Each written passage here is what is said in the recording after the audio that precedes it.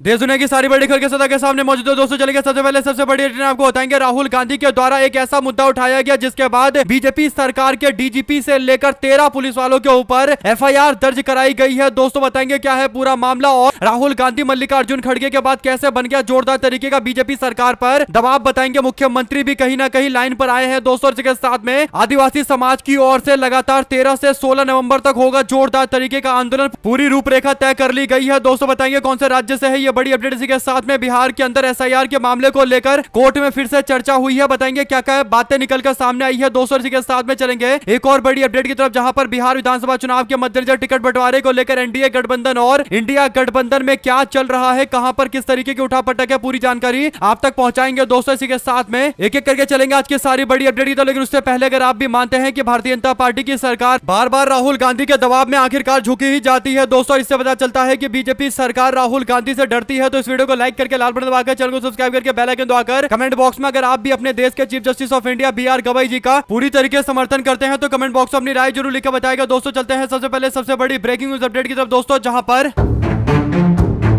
7 अक्टूबर 2025 को दो बड़ी घटना होती है दोस्तों। पहला, देश के chief justice of India B R Gavai के ऊपर अटैक करने की कोशिश की जाती है। उस मामले को लेकर जोरदार तरीके से भाजपा वालों पर दबाव बनाया गया दोस्तों। इसके बाद बीजेपी वाले घटना की आलोचना करने लगे। लेकिन एक और मामला दिल्ली से सटे राज्य हरियाणा से सामने आता है दोस्तों, जहां पर हरियाणा में 7 अक्टूबर को चंडीगढ़ में सेक्टर 11 के अंदर हरियाणा के हाई प्रोफाइल आईपीएस अधिकारी पूरन कुमार ने अपनी जान ले ली दोस्तों। आपको बता दें कि जैसे ही ये खबर सामने आती है उसके बाद हरियाणा समेत पूरे देश भर के अंदर हलचलें मच जाती है कि आखिर क्या पूरा मामला है कि एक आईपीएस अधिकारी अपनी जान ले रहा है दोस्तों। इसके बाद जब इन्वेस्टिगेशन यानी जांच पड़ताल की जाती है तो पता चला कि उनके घर से 8 से 9 पन्नों का एक पत्र मिला है, जिस पत्र में उन्होंने दलित समाज से होने के कारण उत्पीड़न के गंभीर आरोप लगाए दोस्तों। वरिष्ठ आईपीएस अधिकारी पूरन कुमार की पत्नी भी एक आईएएस अधिकारी है दोस्तों। इसके बाद जब वो हरियाणा पहुंची तो शोक कार्यक्रम रखा गया था, जहां पर भारतीय जनता पार्टी के मुख्यमंत्री नायब सिंह सैनी पहुंचे थे दोस्तों। नायब सिंह सैनी तस्वीरों में आपको दिखाई दे सकते हैं। यहाँ पर पूरन कुमार के बगल में बाबा साहब भीमराव अंबेडकर जी की फोटो लगाई गई है, यानी दलित समाज से आने वाले पूरन कुमार को मानसिक प्रताड़ना दिए जाने के बाद ये पूरा मामला सामने आया है दोस्तों। आपको बता दें कि कई पन्नों के उन्होंने जो पत्र लिखा है, जो नोट्स लिखा है दोस्तों, उसमें 13 अधिकारियों के नाम लिए थे। चंडीगढ़ की पुलिस से लेकर हरियाणा के डीजीपी शत्रुजीत सिंह कपूर के ऊपर गंभीर आरोप लगाए गए थे दोस्तों। ऐसे में 13 अधिकारियों समेत कई और लोगों पर गंभीर आरोप लगे दोस्तों। इसके बाद जब भारतीय जनता पार्टी के मुख्यमंत्री आवास पर पहुंचे शोक संतावना में शामिल होने के लिए पूरन कुमार की आईएएस पत्नी को समझाने बुझाने के लिए दोस्तों, तो उन्होंने साफ तौर पर कह दिया कि जब तक अधिकारियों पर कोई कार्रवाई नहीं की जाएगी, इन लोगों को इनके पोस्ट से नहीं हटाया जाएगा, तब तक अंतिम संस्कार नहीं किया जाएगा। इस पूरे मामले को लेकर जैसे ही खबर राहुल गांधी और मल्लिकार्जुन खड़गे को मिलती है दोस्तों, तो उन्होंने नेता विपक्ष की भूमिका निभाई दोस्तों। हुआ ये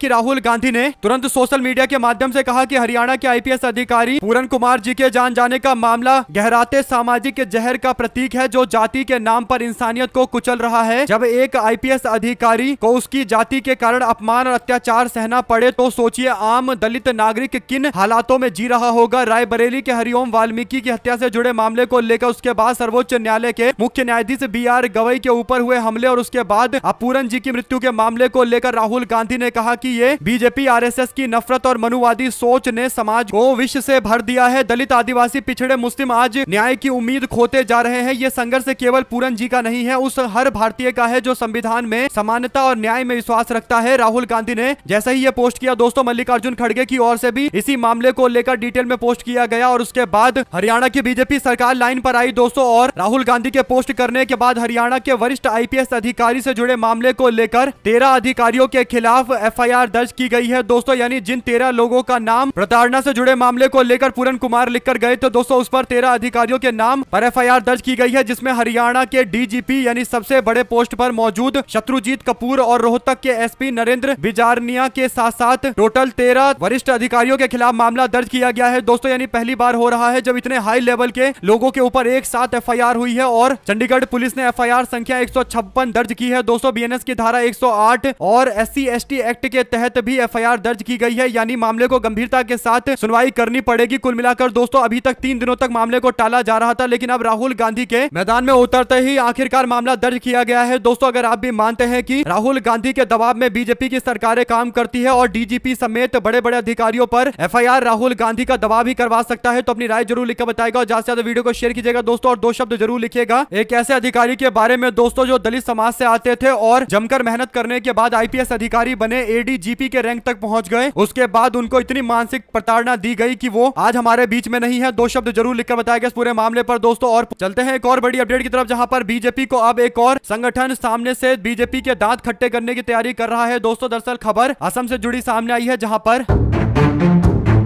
लगभग 6 ऐसे समाज के लोग हैं दोस्तों जो लगातार मैदान में उतरे हुए हैं एसटी स्टेटस की मांग करते हुए। असम के अंदर जगह जगह विरोध प्रदर्शन हो रहा है। ऐसे में दोस्तों टी ट्राइब यूनियन यानी जितने भी ऐसे समाज के लोग हैं जो चाय बागानों से जुड़े हुए हैं दोस्तों और पिछड़ी जातियों से आते हैं, उन सभी लोगों ने अपना एक ग्रुप बनाया है जिसका नाम है टी ट्राइब यूनियन। इसमें 6 अलग अलग प्रकार की जातियां हैं दोस्तों। सभी ने एकजुट होकर एसटी स्टेटस की मांग को लेकर मोर्चा खोलने का ऐलान किया है दोस्तों। आपको बता दें कि अब बीजेपी सरकार को असम के अंदर सबसे बड़ी चुनौती इन्हीं सामाजिक संगठनों से मिलने वाली है। टी ट्राइब यूनियन और ताई अहोम संगठन की ओर से 13 अक्टूबर से असम के अंदर प्रदेश व्यापी विरोध का ऐलान किया गया है दोस्तों। 13 अक्टूबर को असम के डिब्रूगढ़ के अंदर विशाल जुलूस निकाला जाएगा दोस्तों। इसके बाद 15 अक्टूबर को महामारा के अंदर विशाल जुलूस निकाला जाएगा। 16 तारीख को सापे घाटी में यह यात्रा निकलने वाली है। इसके बाद 17 तारीख को चिला पथार में यात्रा निकलेगी। फिर 19 अक्टूबर को धेमाजी सदर में विशाल जुलूस निकाला जाएगा। 20 अक्टूबर को सोनारी में विशाल जुलूस निकाला जाएगा। 3 नवंबर को गोला घाट में विरोध जुलूस निकाला जाएगा। 16 नवंबर को शिव सागर में विशाल जुलूस निकाला जाएगा। तो पूरी तरीके से कार्यक्रम तैयार हो गया है दोस्तों। अब लगभग 1.5-2 महीने तक भारतीय जनता पार्टी को ऐसे ही विरोध का सामना करना पड़ेगा। बीजेपी के लोग आदिवासी समाज के लोगों से, खासकर जो दोस्तों ऐसे समाज के लोग हैं जो आदिवासी दर्जे की मांग कर रहे हैं, उनसे वादा करके आए थे, लेकिन अब पूरे मामले पर कन्नी काट रही है बीजेपी। तो अब कन्नी काटने पर जनता को जवाब देना पड़ेगा। अगर आप भी मानते हैं कि अब लोग ज्यादा दिनों तक गुमराही में नहीं जी सकते, अब वो बीजेपी वालों से पूछ रहे हैं कि आपने जो वादा किया था अब कब पूरा करोगे? इतने साल हो गए सरकार में बैठे बैठे, अब कुछ तो करो। 2 शब्द जरूर लिखेगा इस मामले पर दोस्तों। चलते हैं एक और अपडेट की तरफ, जिसमें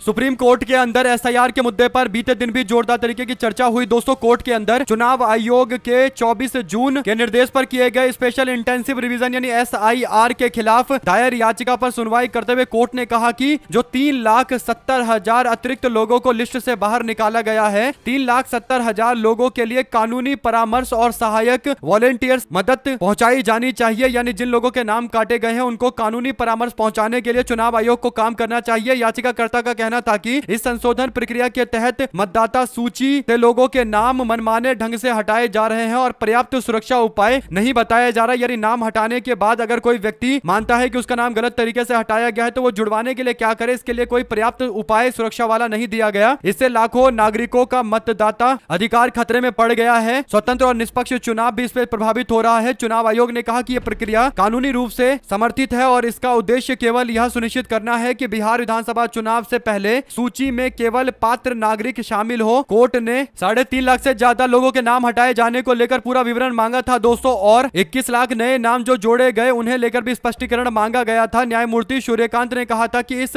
जोड़ घटाव की पहचान स्पष्ट नहीं है। यह समझना जरूरी है कि जो नाम जोड़े गए हैं वे पुराने हटाए गए मतदाता है या फिर कोई नए लोगों को ऐड किया गया है। कोर्ट ने कहा कि हर व्यक्ति का अपील करने का अधिकार है। यदि ये नहीं पाता कि किसका नाम क्यों हटाया गया है तो कोर्ट के पास कोई समाधान नहीं निकल सकता। यानी कोर्ट के पास कोई भी तरीका नहीं है कि वो लोगों को राहत पहुंचा पाए। इसलिए कोर्ट को यह जानना जरूरी है कि किस आधार पर किसी व्यक्ति के नाम को हटाया गया है। इसीलिए कोर्ट ने कहा है कि बिहार के लीगल सर्विसेज अथॉरिटी के कार्यकारी अध्यक्ष से कहा जाता है कि वे सभी स्थानीय प्राधिकरणों के सचिवों को निर्देश भेजे कि हटाए गए लोगों को मुफ्त कानूनी सहायता और पैरालीगल्स वॉलेंटियर्स उपलब्ध करवाए। कुल मिलाकर दोस्तों इस मामले पर कोर्ट की ओर से लिए गए फैसले पर अब आगे और ज्यादा सुनवाई होने वाली है। 16 अक्टूबर को फिर से सुनवाई होगी। जो भी जानकारी इससे जुड़ी आती रहेगी आप लगातार अपडेट पहुंचाते रहेंगे दोस्तों। चलते हैं एक और अपडेट की तरफ, जिसमें बिहार विधानसभा चुनाव 2025 को लेकर नीतीश कुमार की पार्टी में फिर से एक बड़े नेता ने सेंध मार दी है दोस्तों। आपको बता दें कि नीतीश कुमार के करीबी नेता और नीतीश सरकार में एक मंत्री के तौर पर काम कर चुके पूर्व आपदा मंत्री लक्ष्मेश्वर राय ने तेजस्वी यादव की पार्टी राष्ट्रीय जनता दल का साथ दिया है दोस्तों। लक्ष्मेश्वर राय फिलहाल जनता दल यूनाइटेड के अति पिछड़ा प्रकोष्ठ के प्रदेश अध्यक्ष के रूप में काम कर रहे थे, लेकिन उनको समझ में आ गया कि नीतीश कुमार को अब अति पिछड़ा समाज के लोगों की कुछ नहीं पड़ी है। और वैसे भी दोस्तों अगर आप देखेंगे तो नीतीश कुमार अस्वस्थ लगते हैं, ऐसा लगता है कि उन्हें कोई दिक्कत है, या तो उनको अपने उम्र के कारण कहीं ना कहीं काम करने में दिक्कतें हो रही है, या फिर भारतीय जनता पार्टी नीतीश कुमार को उस तरीके की आजादी नहीं दे रही है काम करने का जो पहले दिया जाता था, क्योंकि नीतीश कुमार के पास काफी कम सीटें हैं दोस्तों, इसीलिए उनको भी स्थिति को मैनेज करके चलना पड़ रहा है। लेकिन अब नीतीश कुमार की पार्टी से नेताओं के जाने से पता चल रहा है कि अब नीतीश कुमार को लेकर कहीं ना कहीं जो पहले एक उत्साह देखने को मिलता था, एक आशा आकांक्षा देखने को मिलती थी दोस्तों, वो धीरे धीरे करके अब खत्म होती जा रही है। सबको पता चल चुका है कि नीतीश कुमार अब राजनीति में ज्यादा कुछ कर नहीं पाएंगे और नीतीश कुमार कहीं ना कहीं एक ऐसे नेता बन चुके हैं जिन्हें लेकर अब लोगों में ज्यादा कुछ उत्साह है भी नहीं। जो भी आपकी राय है दोस्तों लिखेगा जरूर। चलते हैं एक और अपडेट की तरफ, जहां पर तमिलनाडु के मदुरई के अंदर दूसरा इंटरनेशनल क्रिकेट स्टेडियम बनने जा रहा है दोस्तों। आपको बता दें कि पहले चेन्नई के अंदर एक क्रिकेट स्टेडियम था तमिलनाडु में, अब मदुरई के अंदर दूसरा स्टेडियम बन रहा है दोस्तों। और उसका उद्घाटन करने के लिए तमिलनाडु के मुख्यमंत्री एम.के. स्टालिन ने महेंद्र सिंह धोनी को बुलाया है। लेकिन कुछ लोगों ने सोशल मीडिया पर कहा कि सोचिए अगर ये उद्घाटन किसी भाजपा शासित राज्य में होता तो नरेंद्र मोदी को उद्घाटन करने के लिए बुलाया गया होता। यही अंतर है इंडिया गठबंधन की सरकारों में और बीजेपी की सरकारों में, जहां भाजपा वाले हर चीज का उद्घाटन नरेंद्र मोदी से करवाते हैं, जबकि खेल जगत से जुड़ा हुआ ये मामला है। खेल के लिए एक स्टेडियम बना है दोस्तों, तो उद्घाटन करने के लिए थाला यानी महेंद्र सिंह धोनी को बुलाया जा रहा है। इसी से पता चलता है कि एक अच्छी सरकार कैसे काम करती है, कैसे उन लोगों को प्रमोट करती है जो उस चीज से जुड़े हुए हैं, ना कि खुद आकर हर जगह फीते काटने लगते हैं ताकि उनका चेहरा हर जगह दिखाई दे और केवल प्रचार प्रसार करके ही जनता में चेहरा चमकाया जाए, काम से कोई मतलब ना हो। ऐसा काम करके कोई फायदा भी नहीं है, ऐसा राजनीति करके कोई फायदा भी नहीं है। दो शब्द जरूर लिखकर बताएगा दोस्तों। चलते हैं एक और अपडेट की तरफ, जिसमें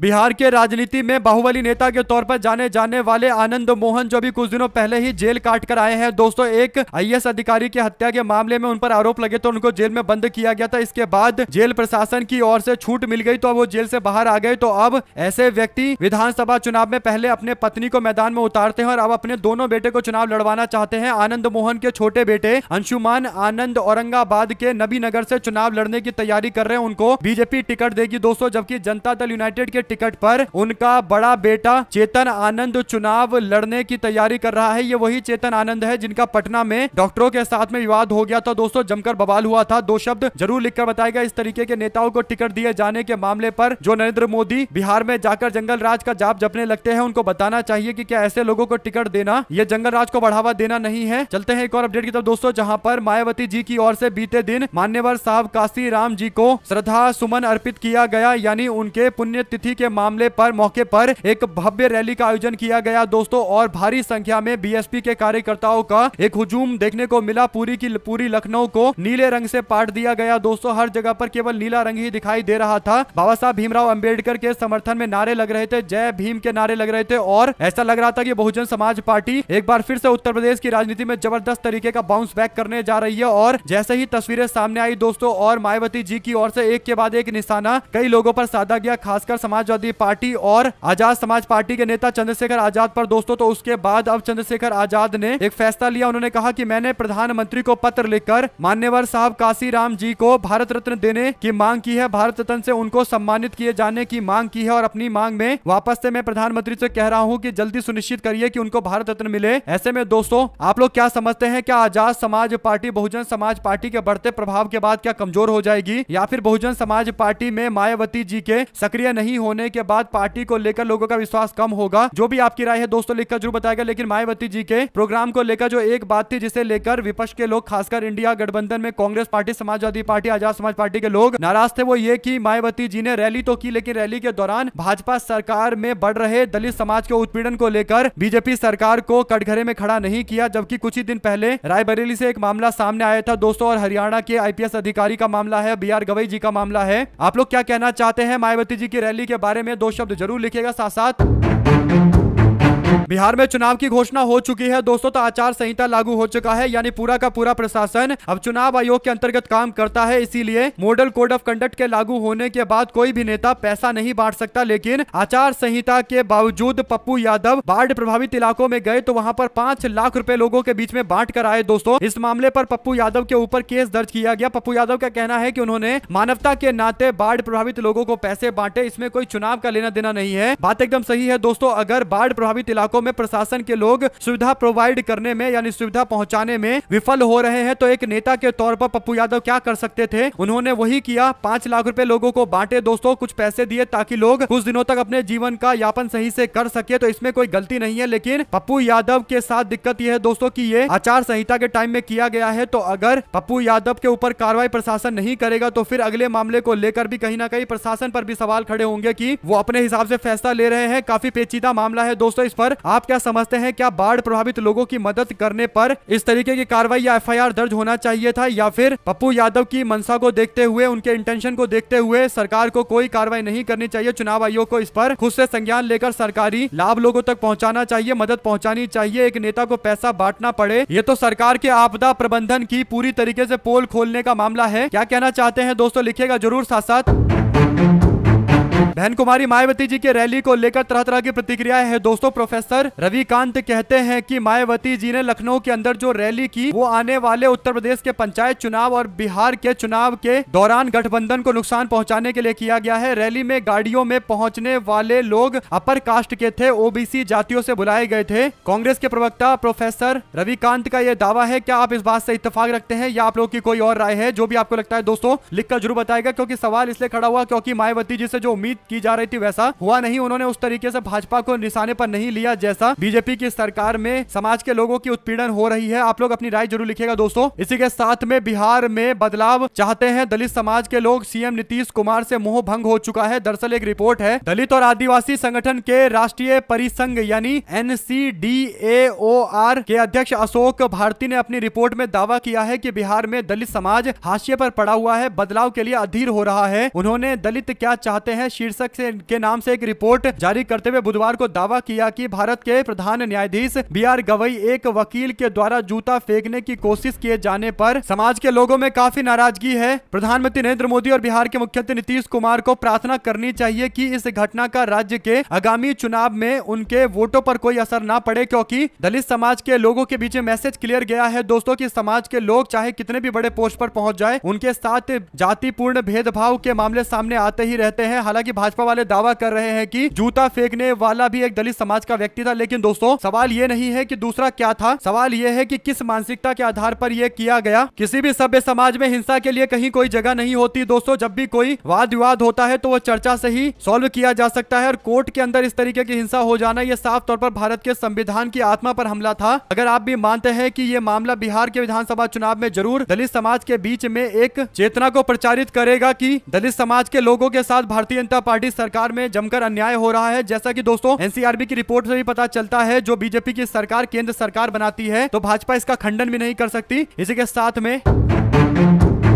पी चिदम्बरम ने आधिकारिक सोशल मीडिया अकाउंट से चुनाव आयोग पर किसी भी प्रकार की गड़बड़ी का आरोप नहीं लगा रहे हैं, लेकिन भारत के लोग खासकर बिहार के मतदाताओं को इन सवालों के जवाब जानने का अधिकार है। यानी चुनाव आयोग पर निशाना साधते हुए उन्होंने कहा कि मतदाता सूची में लगभग 5,20,000 नाम डुप्लीकेट नाम है। बिहार एसआईआर को लेकर चिदम्बरम ने चुनाव आयोग से 7 बड़े सवाल पूछे हैं दोस्तों। उनके सवाल काफी गंभीर है। पहला सवाल उन्होंने पूछा कि बिहार में वयस्कों के कितने प्रतिशत हिस्से को चुनाव मतदाता सूची में शामिल किया गया है? क्या यह आंकड़ा 90.7% के करीब है? चिदम्बरम ने पूछा कि बिहार में वयस्क जनसंख्या का 9.3% हिस्सा जो चुनावी सूची में नहीं है, उसके पीछे क्या कारण है? क्या ये लोग वोट देने से वंचित रह जाएंगे? चिदम्बरम ने पूछा कि क्या मतदाता सूची में करीब 24,000 ऐसे नाम है जो समझ में नहीं आते या गड़बड़ नाम है? उन्होंने ये भी सवाल उठाया कि क्या चुनाव सूची में 2 लाख से अधिक घर के नंबर या पते गलत या फिर खाली रखे गए हैं? उन्होंने सवाल किया कि क्या मतदाता सूची में लगभग 5,20,000 नाम डुप्लीकेट यानी दोहराए गए हैं? पी चिदम्बरम ने कहा कि क्या चुनाव आयोग पारदर्शिता और निष्पक्षता के लिए इन सवालों का जवाब देगा? अब देखना यह है कि क्या चुनाव आयोग चुनौती को स्वीकार करते हुए सवालों का जवाब देगा या फिर मामले पर कन्नी काटने की ही कोशिश की जाएगी। साथ साथ बिहार विधानसभा चुनाव के मद्देनजर इंडिया गठबंधन में एक फॉर्मूले पर चर्चा हो रही है दोस्तों। फॉर्मूला है मुख्यमंत्री के तौर पर तेजस्वी यादव का नाम आगे करना, बाकी एक उप मुख्यमंत्री का पोस्ट कांग्रेस पार्टी के लिए, एक वीआईपी पार्टी के लिए और एक आरजेडी पार्टी के लिए रखा जाए, और हो सकता है कि अनाउंसमेंट भी हो जाए कि कौन से समाज के लोगों को यहां पर रिप्रेजेंटेशन दिया जाएगा। साथ साथ दोस्तों